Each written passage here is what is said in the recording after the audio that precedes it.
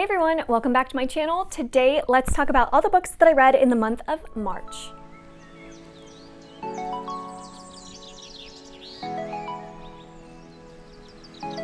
So in the month of March, I managed to finish 14 books, and a lot of these were audiobooks. So I'm going to try to split up this wrap up by format of the book. So I'm going to start with all the audiobooks that I managed to listen to and go from my least favorite to my favorite audiobook, and then we'll switch to the physical reads that I had and go from my least favorite to my favorite. Before we even get to those, I did have 3 DNFs this month that I'm very sad to report on, and I want to cover those first because I don't have a whole lot to say on them. So the first DNF that I had was Rosewater by Tade Thompson.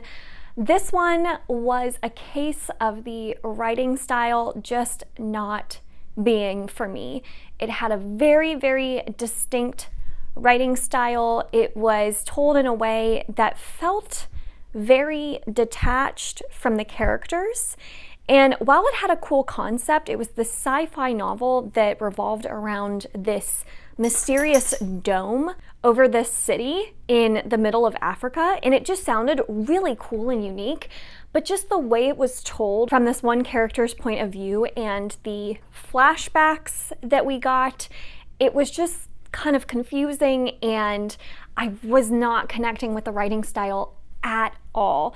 So this one unfortunately was just not for me.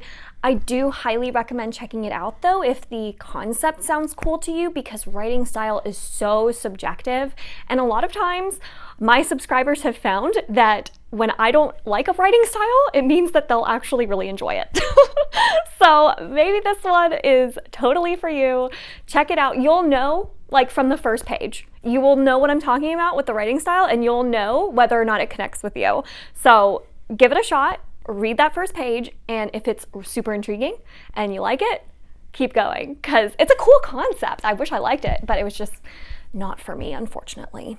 The second DNF that I had, like, this one is so controversial because so many people love this series and were so excited for me to read it this month, and I'm scared to say it. It was Caliban's War by James S.A. Corey, the second book in the Expanse series.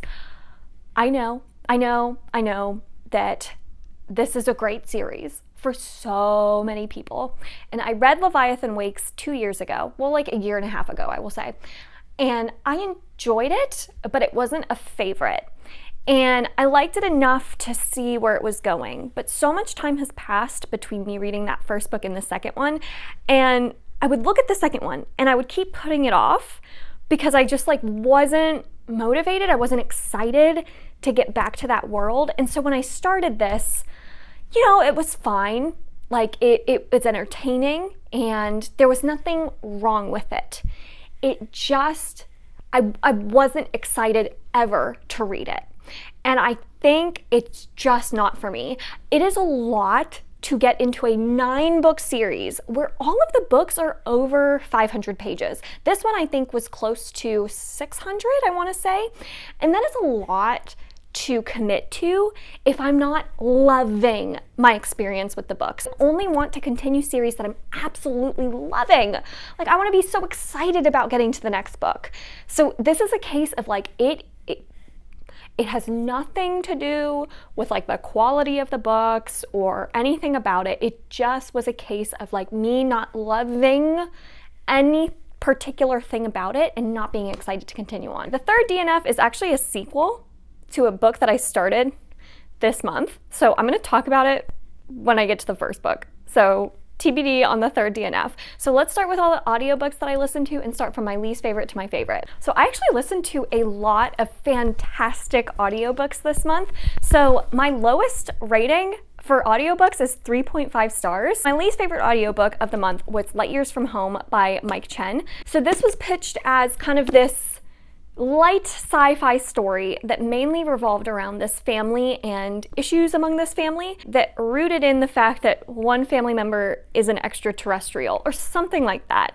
And I was very intrigued by that. Finding out that I typically actually really like light sci-fi stories, more so than like the hardcore sci-fi stories. So this one actually really worked for me in a lot of ways because it is much more about the family dynamics in the story rather than the sci-fi elements. That takes a very big backseat through most of the story. And in fact, the character who is kind of this extraterrestrial is not, I would say, like the main focus of the story either. It very much follows two sisters of this character and their dynamics among this family. So I feel like expectations have to be like reasonably set going into this book. If you are looking for like hard sci-fi, I don't necessarily think that you will get what you want from this one because it felt through most of the book much more like a contemporary family drama, which I personally like. So if you like those kinds of books with a little sprinkle of sci-fi in it, this might actually really work for you. I ended up giving it 3.5 stars just because I, at the end of the day, didn't love the family itself. Like the ending I thought was very heartwarming and sweet. So I really like how it all kind of wrapped up, and following each family member and kind of their personal arcs through the story was really interesting, but I just didn't love any of the characters as much as I was hoping to, and that kind of dictates whether or not I truly love a family drama like this. Like that was why this wasn't like a new favorite or anything, but overall, like I had a good time with it. I thought that this was really heartwarming and sweet at the end of the day. And the next audiobook I have on this list got a 4 stars, and that is Skyhunter by Marie Lu. So this is a young adult, I don't know if it's sold as sci-fi or fantasy. It feels very fantasy to me, but the cover kind of looks more sci-fi. So I don't know. I don't know what this is supposed to be. It's YA sci fantasy, if you will. This follows a girl who is a part of this Legion of Strikers, which is this particular nation's like elite fighting force, and they are battling this other nation that's trying to conquer their lands. And what kind of happens at the very beginning of the book is someone is taken prisoner from the enemy side, and the main character actually ends up saving this prisoner, and things ensue from there.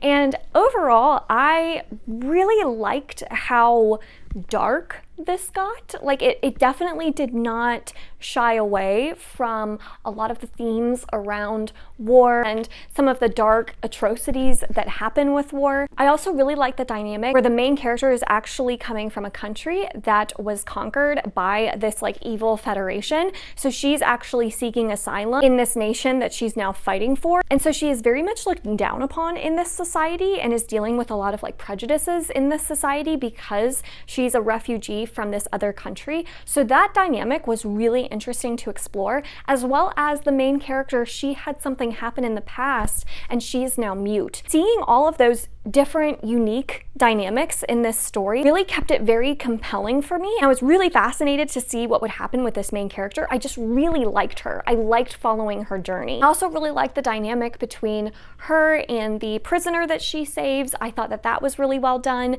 So there were a lot of things that I enjoyed about this book, and the ending was really, really good. Like I was so intrigued by the ending. It's very much a cliffhanger ending, so I thought that this did a lot of great things.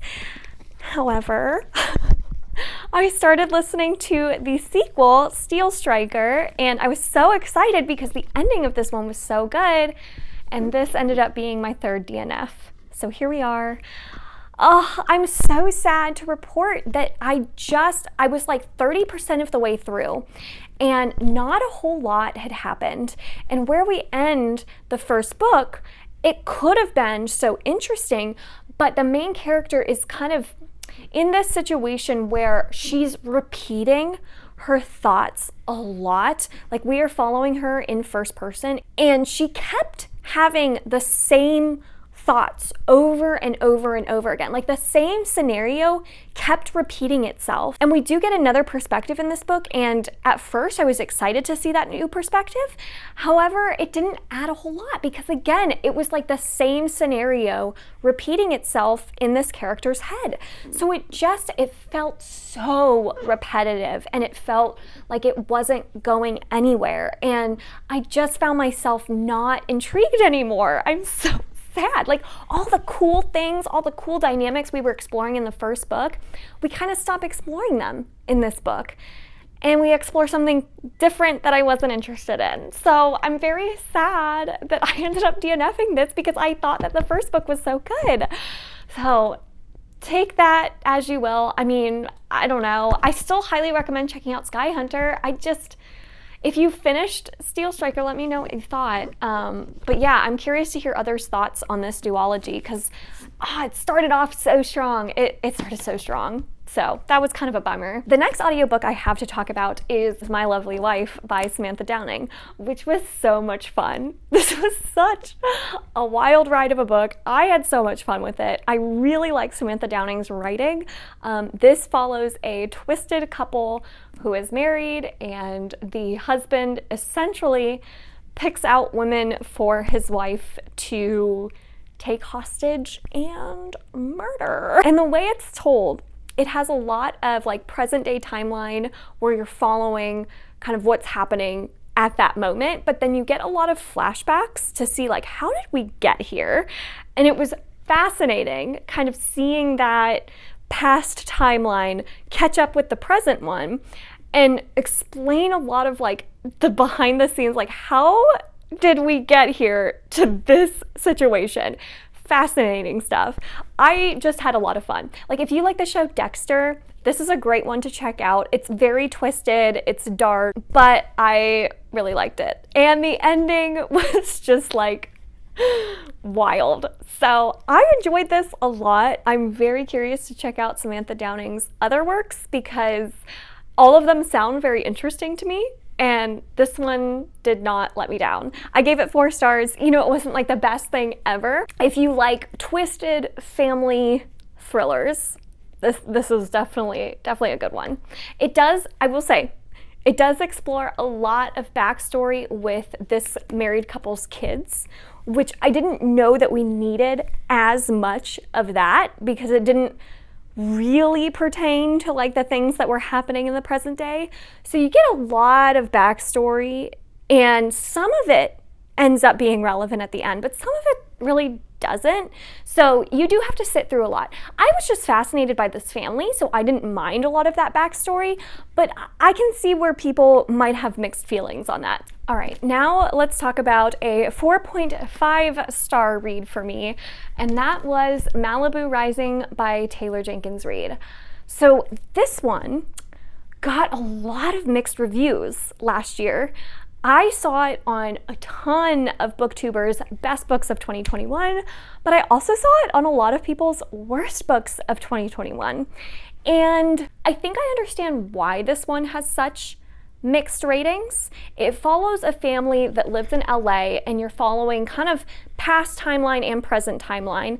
And the past timeline is exploring the relationship that forms between this girl and this future rock star. And the present timeline kind of follows the kids of these two. And the characters themselves, the past timeline explores some really frustrating characters. Like, I definitely had strong feelings towards a couple characters in this book that I really didn't like. Like, they do stuff that is so unforgivable in my head that so I can see how, like, if you need to root for your main characters, I can see how you wouldn't necessarily love this book because a lot of the characters, even the ones that you're supposed to sympathize with, they make decisions. It just makes you so mad because you're like, no, don't make this decision. How could you? So I personally don't have to love my characters in order to love a book. I just have to like find them fascinating and want to like know more about them. And that's where I think this book really shines. I thought it created very believable characters that felt real, and even though they would make decisions that I couldn't stand, I found myself understanding why. And I love Jenkins Reid's books because of that. She always writes the most realistic characters that I feel like I could look up these characters and they would be real. She just writes them in such a way that they're so flawed, but they're so believable. This book is interesting because it's almost like two separate books in one, where the first part of the book, you're following that past and present timeline, figuring out what happened in the past to lead up to the present, and following that like family dynamic. And the second part of the book, you're following this party that follows a bunch of different perspectives, and something happens at this party and you're trying to figure out like what led to this big event that happened at this party. So the second part of the book, that is where it dropped the half rating for me, because I wish we were just following the same perspectives we were following in the first part of the book at the party. We got a lot of other character perspectives, and again, like, it's not that those characters were not necessarily interesting. It was just like I didn't care about them. I wanted more of our characters that we got to know in the first part of the book. I was like, I don't care about this other side character perspective. Get me my other characters that I love. Like, those are the ones I want to follow. So that was where, like, this wasn't an all-time favorite. I still like Daisy Jones and the Six more because of the second part of this book. However, I still think that the second part was really, really well done. Like, everything that happened and this big bang ending was so good. Like, it was so good in so many of the character choices, and like stuff happens where you're like rooting for the characters, you're cheering for them, and it's great. So it like all comes to a head at the end of the book, and I loved how that was done. I just didn't care about like the side character perspectives. That's all. So overall, I loved this book because I loved the flawed, messy characters, and I can see why it had mixed reviews. I'm curious if you've read this one. What did you think of it? Let me know in the comments down below. Next two audiobooks that I have are both 5 stars, and they're both probably going to make my all-time favorites list and my favorites of the year list. So it's really hard to choose which one I like more. I don't know which one to pick. They're super different books. Can I just say that they're tied? Okay, I'm just gonna say they're tied. So the first one is The Maid by Nita Prose. This is a cozy mystery novel that follows a maid who is neurodivergent, and she sees life in a different way than a lot of other people. And she is a maid at this really nice hotel, and essentially comes upon a guest who is dead in their bed, and the story takes off from there, where there is this murder investigation of how this guest died, and it was this very wealthy, infamous guest who may have been caught up in a bigger plot. I'm trying not to give away any spoilers. So essentially, like, you're following this murder investigation with this maid kind of at the center of it. And I think where the book will either like make or break it for you is whether or not you love Molly the maid. And I loved Molly the maid. Like, one of my favorite characters. From the first page of this book, I was like, I love this. I knew I loved it immediately. And she makes these relationships with other people, and because you're following the book from her point of view, they are saying things to her that, like, we recognize as the reader is like a big red flag. But the way she sees it, she doesn't see these red flags. So, like, it was really fascinating following this story, seeing her in these situations where you're like, no, don't be in that situation. And she doesn't recognize that herself. I will say that, like, I would not go into this book expecting a thriller or a like murder mystery. That is not really the focus of the book. The focus is very much on Molly and just her life and her background, and you have a lot of development with like her past, and it just, the sweetest story. It's so sweet. I loved this so much. The ending had me bawling. It's just a really heartwarming story, and just how she makes these connections that end up getting her to where she is at the end. And it's just beautiful. I loved it. I loved it so much from start to finish. And then the last audiobook I have to talk about is tied with The Maid at being my favorite, and it is The Four Winds by Kristin Hannah. I should not be surprised. I should not be surprised at all. Kristin Hannah, both of her books that I've read before, The Nightingale and The Great Alone, they've both made me bawl. They are both on my top favorites of all time. And the fact that this is her third book that I've read, and it also makes my favorites of all time, I think I can firmly say that Kristin Hannah is a favorite author for me. What she always does in each one of her stories that I've read is she creates this main female character who is unbelievably strong in very different ways. So each of her female main characters, they always have different strengths about them, but they're always unbelievably strong, perseverant, brave. This one is the story about this woman named Elsa who something happens in her childhood that causes her family to pretty much cast her away.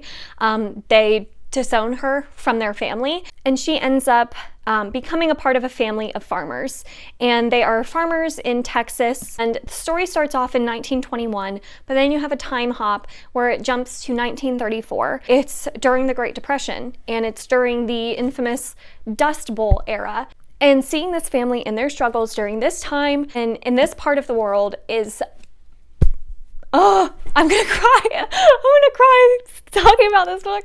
It's unbelievably inspiring what they have to go through. And even though this is like a fictional account of that time in history, you know that families had to go through this time and go through these struggles, and it just makes you so thankful for the life that you have, and the strength of this family and what they have to go through, and the strength of this main character and what she has to go through. She's raising kids during this time. Her relationship with her children is very tested. Kristin Hannah gets me every single time, and the ending of this one's so sad, but it's so good. It's so good. I love this book. I love it. I highly recommend it. Kristin Hannah, why you gotta do this to me? Okay, so those were all of the audiobooks that I've read. I have been talking for so long, and I still have so many books to talk about. I'm gonna try to go through these a little bit quicker. All right, let's go from my least favorite to my favorite of my physical reads now. So starting with the first 3-star book that I have this month, which is The Crimson Script by S.J. Hole, which was so kindly sent to me by the author, so thank you so much. This follows a main character who lives in this society where it's very much on the brink of like a civil war, and you're following a main character who by night is kind of like this street thief, and by day is the daughter of this very popular magister.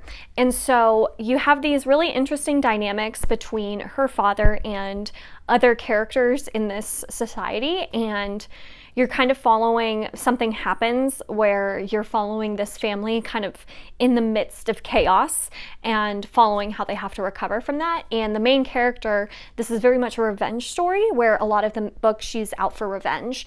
And for me, this one had really interesting dynamics. I really liked the political intrigue in this one. I wish we had dug a little bit deeper into that part of the book. Where we had a lot of focus was on the main character and her kind of revenge plot. And for me, my personal taste as a reader, I don't love revenge plots. I'm thinking of The Rage of Dragons by Evan Winter. I didn't love that book. I typically don't like characters blinded by rage and revenge. So for a big portion of this book, because that is the focus, it did lose a little bit of that intrigue from me. I would say if you like a good revenge plot, this might actually really work for you, because I did think that some of the character work was well done. It just wasn't my personal preference. There was also some magic that was introduced in this book that was very intriguing, but was only very much touched upon. It was very surface level. We didn't really get to like dive deep into some of this magic, and I think that that's going to be explored more in the next book in this series based off of the ending of this one. But I wish we'd had a little bit more time to develop that magic a little bit more. So overall, this had some really cool elements to it. I just wish we had dug a little bit deeper into some of the things that I personally love in my fantasies, like world building and magic. The next 3-star book that I have is Parable of the Sower by Octavia E. Butler. So this is my 4th Octavia Butler book. I will say that I probably like Wild Seed and Mind of My Mind quite a bit more than this one, but I can see why this one is so popular and so beloved, because it is a dystopian novel that takes place in our very near future, where it follows kind of a society, our society, as it's collapsing because of kind of an economic collapse and environmental disasters and these sorts of things that are causing a bigger divide between classes. And we're following a main character who kind of lives in this gated community and very quickly realizes that even though she is gated from the rest of the world, she's not necessarily protected from it, and it follows kind of her journey as she discovers kind of more of what's happening beyond her gated community. And I think that the themes explored in this book and what it was saying about religion was really, really interesting. My favorite part of the book was kind of the themes around the main character trying to define God for herself and kind of spread the truth about what she believes. And I loved that stuff. That was really fascinating to explore. Each kind of chapter has this heading where it kind of gives you little snippets of her own notes on her developing religion. And that was like so interesting to explore. This one for me, why probably it didn't work as well as I was hoping it would, was because at the very beginning, you don't really have a plot driving the book forward. It's much more about like living in the day-to-day life of these characters that you're following. And so there's not really any forward momentum to the book. Now, something does happen kind of halfway through that does change that a little bit. But the plot, there wasn't much of one. The characters themselves, you are mainly following this one main character, Lauren, and you're reading her journal entries. And Lauren herself is a really fascinating character because you're kind of getting in the head of a character that can't dwell on things, that can't stop and really think about things, that has to kind of keep moving forward to survive. So things happen to her that are horrific, or she will see things that are so horrific that are just like her reality. So in our minds as the reader, we're like, oh my God, that's horrible. But she is so kind of conditioned to this world that she doesn't sit and like think about those things or like think about these tragic, horrific things that have been happening to those that she knows or she loves. The rest of the side characters, I don't think get developed a whole lot because once again, I feel like in this world, you don't really allow yourself to develop deep relationships with other people. So I think all of these things are done on purpose, where there's a very specific reason why this character is not dwelling on things. There's a very specific reason why she's not developing deep relationships with other characters, and we don't get to know other characters really well. Like, it's not a plot-driven book. It's not a character-driven book. It's very much like a theme and world-driven book, if that makes sense. And it's a very, very bleak world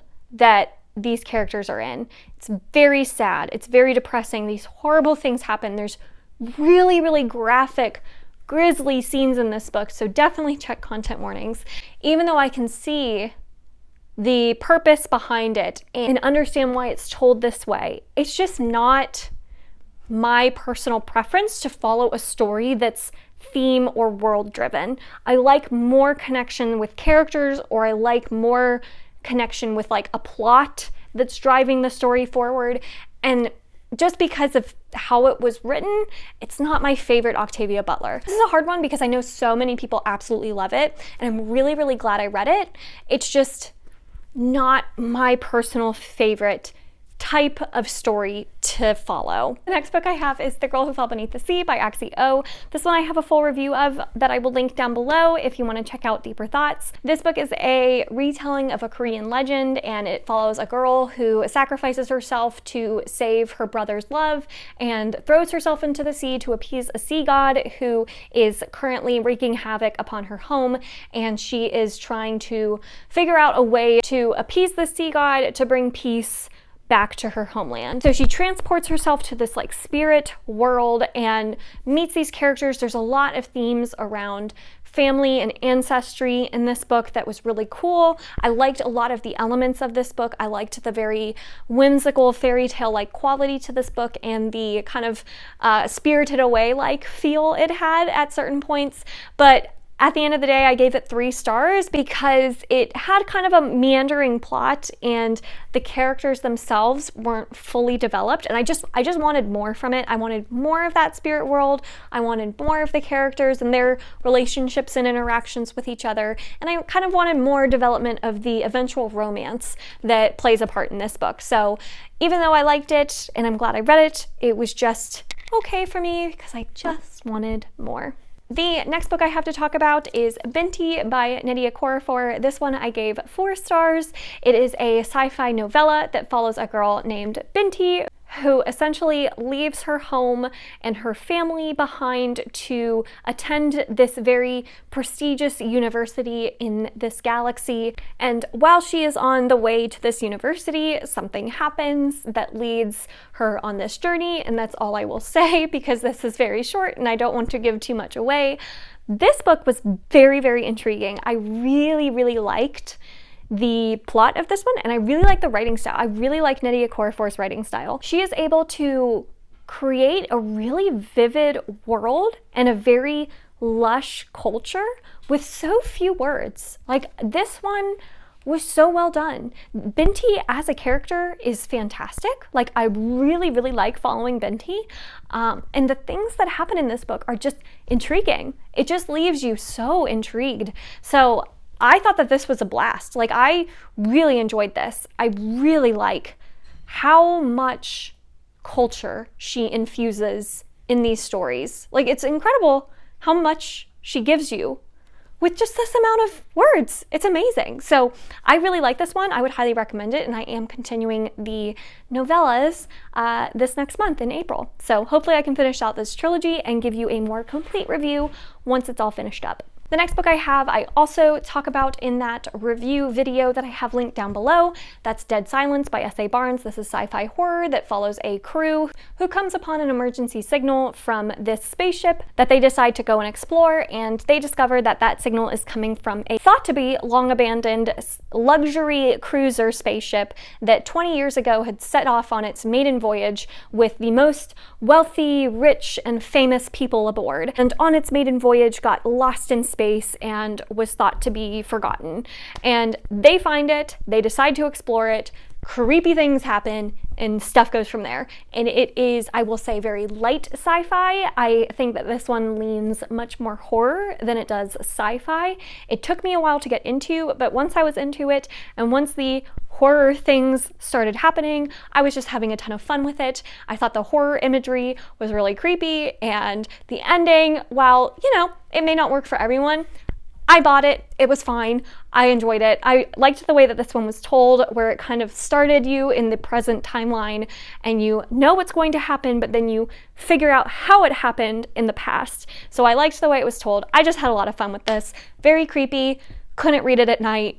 It was great. So I gave it 4 stars. Next 4-star book I have is A Dark Queen Rises by Ashok. This is the sequel to Upon a Burning Throne that I read last year, and I really enjoyed. This one, I don't know if I liked it even more than the first one. It follows a different cast of characters in a different part of this world that you get introduced to in the first book, but you don't get a whole lot of depth and insight into. And this one really expands upon some of those characters that were mentioned in the first book, and you really get to see their side of the story. And it was so good. There were really, really evil characters in this one that were some of our main perspectives that I couldn't stand. Like, horrible villains. And I will say the first half of this book, I thought I was going to give it 5 stars. The second half of the book started to lose me a little bit. Like, I wasn't as engaged for some reason. I don't know why, but for some reason I just was not as engaged the last 200 pages of this book. But for a ton of it, I was so invested because there were some characters I absolutely loved and was rooting for, and then there were others that I was like, oh my gosh, the worst person ever. There is really, really cool magic and very interesting exploration of gods in this book, because this is an Indian-inspired fantasy, it's really unique in that way. It's very unlike anything I've read before, and I loved that part of it. So I love the way these are written. I love the characters. For some reason, though, the second half of the book just was not capturing me as much. And I don't know that I have an explanation as to why. It's just such a unique fantasy story that is so unlike anything else I've read that it's hard to say who would love this. I think if you have been reading fantasy for a long time and you want something so fresh and so unique, check this out. If you like beautiful writing with really fascinating world building, I would check this one out. I'm very excited for the third book and can't wait to see how this epic fantasy, it feels so epic because it feels so big in scale. So I'm very excited to see how this all wraps up. Hoping the best for our couple main characters that I loved. And then my 2 5-star physical reads should be no surprise. It is Age of Swords and Age of War by Michael J. Sullivan. I am officially obsessed with this series. This series is amazing.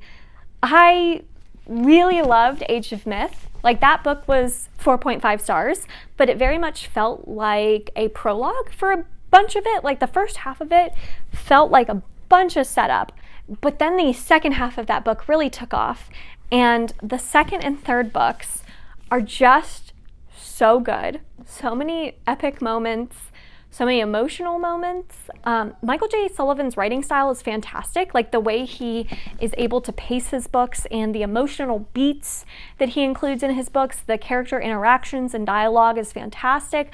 I love the way he writes female characters. I know his wife is very involved in helping him write or edit some of his books, and I think it shows because he writes female characters so well. Like, there's a huge cast of female characters in this book, and each one of them is so strong in such different ways, which is so cool to see. I love it. I love it so much. Like, that's where this series really shines, is its cast of female characters and like the camaraderie that they have, and just the crew. I love the crew. Oh my gosh, it's so good. Age of Swords focuses a lot on like the beginnings of civilization, like a lot of like discovery, and it's like very much following humans discovering arrows and the wheel and iron and like all these things you're discovering in these books with the characters, which is so cool. And like in writing and language, and just so fascinating, so fascinating to follow some of those discoveries in this book. So cool. And then the third book is just epic military war fantasy. It's awesome. So many epic moments, so many emotional moments. Both of these books made me cry. I am just so emotionally invested in these characters. I'm so interested to see where this is going to go, and I'm terrified at the same time because Michael J. Sullivan is not afraid to break your heart. It's amazing. It's so good. I don't know why more people aren't shouting about this series from the rooftops. I know Deshauna has been shouting about this series and how awesome it is for so long, and I don't know why it took me so long to get to it, but I'm so glad I finally did. This series needs to be talked about more. It's amazing. Please go read it. Give it a try. Oh, I love it. I love it so much. That is my February wrap up. This was so long. I'm so sorry. If you made it to the end, good for you. Did you see any books that you've read? What were your thoughts on them? Leave those comments down below. Thank you all so much for watching this video. If you enjoyed it, make sure to give it a thumbs up, subscribe if you'd like to, and I will see you all in my next one. Bye.